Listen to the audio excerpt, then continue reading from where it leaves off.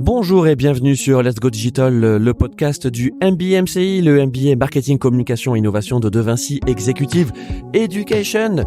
Nous sommes en direct de Paris Retail Week, le salon numéro 1 du e-commerce qui se déroule donc du mardi 17 au jeudi 19 septembre à Paris, porte de Versailles. Nous sommes les heureux partenaires de ce salon, comme maintenant, je crois que ça fait 8 ans, 9 ans que nous sommes partenaires. Et donc, pour inaugurer cette session de podcast, je suis avec mon acolyte, je peux dire, Christophe Danet, qui est le responsable de l'axe communication et marketing digital de l'IM Digital School, qui, vous savez, en fait, fait partie du même groupe que De Vinci Executive Education. Voilà, c'est le groupe De Vinci. Bonjour Christophe. Bonjour Louis, comment ça va ? Ben, ça va très bien. Alors, veuillez excuser cette longue introduction, mais effectivement, voilà, on est en train de lancer les podcasts sur le salon et on se dit que c'était quand même une très bonne idée de le faire tous les deux, Christophe. Ah, tout à fait, on va chauffer la salle, comme on dit. Donc, on va chauffer la salle. Justement, en parlant de chauffer la salle, on a des étudiants donc, qui sont déployés, je pense que c'est le bon mot, déployés sur le salon. Tout à fait, c'est l'invasion totale des t-shirts et des suites orange. Alors c'est ça, parce que donc, pour ceux qui ne connaîtraient pas encore l'IM Digital School, en fait, la couleur de l'école, c'est le orange. D'ailleurs, effectivement, les étudiants de Christophe ont des polos, des t-shirts aux couleurs de l'école et ça les rend très visibles sur le salon. Oui, ça nous permet d'abord de les repérer, voir s'ils travaillent, parce qu'ils sont là pour travailler et pas pour divaguer dans les différents stands, même s'ils le font. Mais vraiment, c'est un enjeu de représenter et de montrer aussi au monde des entreprises, puisqu'on est sur un salon B2B, que le milieu de la formation dans le marketing digital est connexe et s'intéresse justement à ce qui se passe, aux innovations, parce que c'est beaucoup d'innovations dans ces salons. Il y a beaucoup de choses qui apparaissent, beaucoup de conférences, beaucoup d'annonces, et c'est toujours un moyen absolument extraordinaire pour les étudiants de découvrir le monde de l'entreprise côté salon. Et surtout, il faut savoir qu'ils le font, c'est leur deuxième jour en deuxième année de bachelor.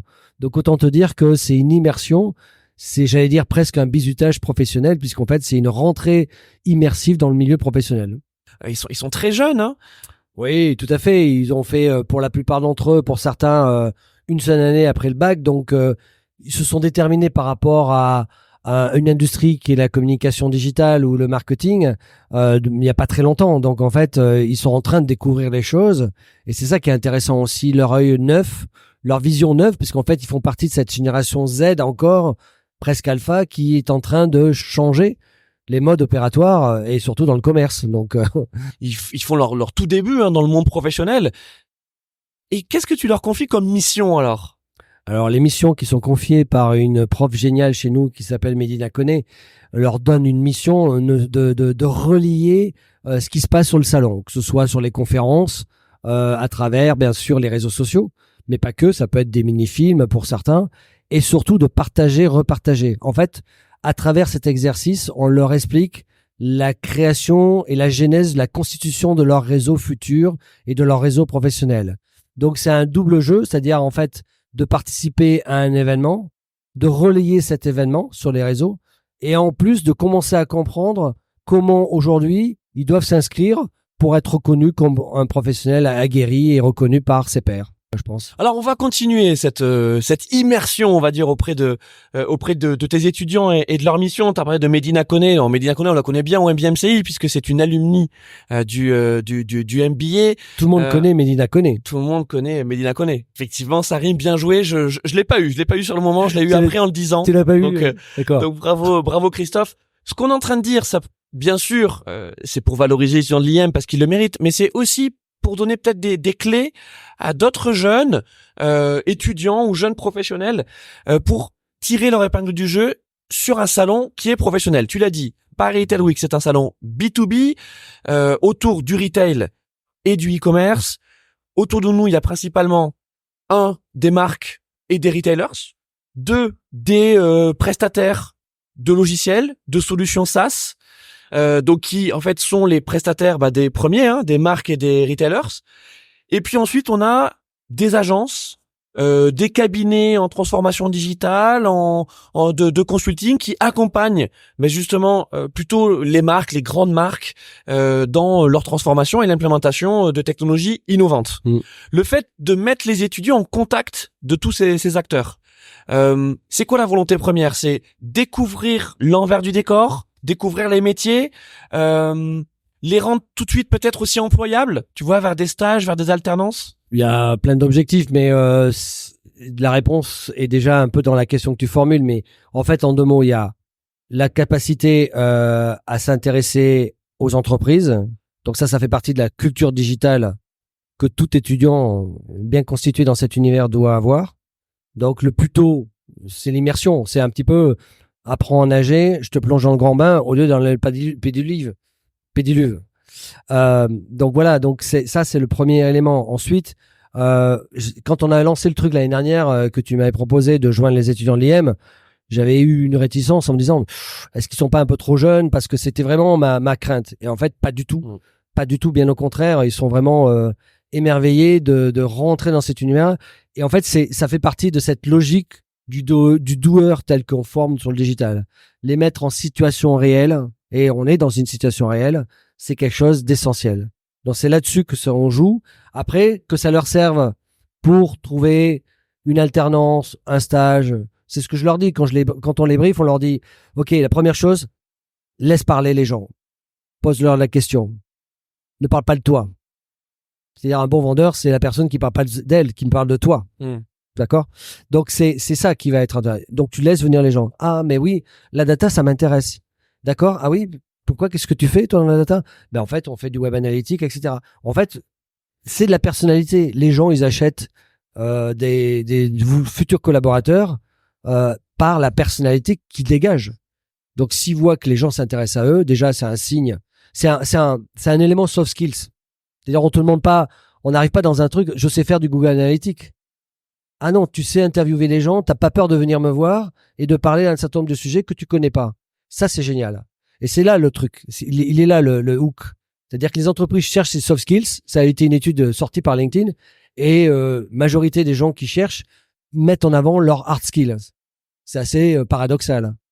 C'est très difficile de mettre en avant les soft skills. Donc le salon, c'est un formidable lieu pour mettre en avant sa capacité potentielle ou acquise en termes de communication, de discussion, de relationnel. Voilà, avoir le contact facile. On aura un étudiant qui a un contact facile, c'est qu'un étudiant qui commercialement va bien fonctionner. Un étudiant qui est plus timide, par exemple, va être plus sur la réserve, mais il va publier sur les réseaux sociaux, va travailler le côté back-end du marketing tel qu'on peut l'avoir ou le faire. Donc tu vois, c'est un ensemble d'éléments. Mais donc la dimension pédagogique, si on la résume comme ça, elle est globale. Alors justement, on a surpris tous les deux un échange avec un des étudiants qui était sur un stand auprès d'un exposant qui justement expliquait comment ils avaient intégré de l'IA dans leur logiciel de paiement. Donc c'est un logiciel de paiement pour les e-commerçants. Une des premières questions de l'étudiant, ça a été de dire mais alors sur quel LLM vous vous basez? L'exposant était tellement surpris, tu vois, de la question. Non, parce que d'habitude, effectivement, il a plutôt un discours commercial rodé. Et puis là, on entre dans la technique. Il a hyper bien répondu, mais il était content de répondre à cette question, de se dire, bah, en fait, ouais, on a utilisé telle technologie avec une base de données qu'on a construit nous-mêmes. Et donc, nos étudiants, en fait, ok, ils sont jeunes, mais ils savent déjà pas mal de choses. Mais comme tu sais, Louis, la valeur n'attend pas le nombre des années. Donc, en fait, aujourd'hui, un étudiant qui a bien compris, qui s'intéresse à son industrie, à l'univers dans lequel, même si c'est pas quel métier il veut faire demain, forcément, il va avoir des questions beaucoup plus pertinentes que celui qui s'intéresse à rien. Donc, en fait, nous, notre rôle, c'est de transmettre cette passion, cette curiosité insatiable pour que derrière, les étudiants puissent prendre leur envol le plus rapidement possible. Et effectivement, on a quelques étudiants qui ont très vite pris le train. qui n'ont pas attendu le deuxième wagon, hein, qui sont vraiment rentrés dans le vif du sujet. Et ça prépare de belles années pour eux, quoi. Ce que vous devinez, qu'on n'a pas encore dit, c'est que bien sûr ils sont préparés au salon. Ils ont préparé à partir du programme toutes les conférences, les ateliers auxquels ils souhaitaient participer. Ils se sont renseignés en amont également. Donc à chaque fois ils sont allés chercher aussi les informations clés, les enjeux pour pouvoir aussi être pertinents. Et dans le cadre de leurs interviews, comment on peut les suivre là concrètement? Alors, il y a le hashtag, c'est IMPRW. Il y a IM Paris aussi, le hashtag, le hashtag Paris Retail Week. Vous pouvez en voir quelques-uns qui sont intéressants, qui sont les principaux. Donc, il y a le hashtag du salon, c'est hashtag Paris Retail Week. Donc ça, c'est toutes les publications autour du salon. Voilà. Mais le hashtag IMPRW.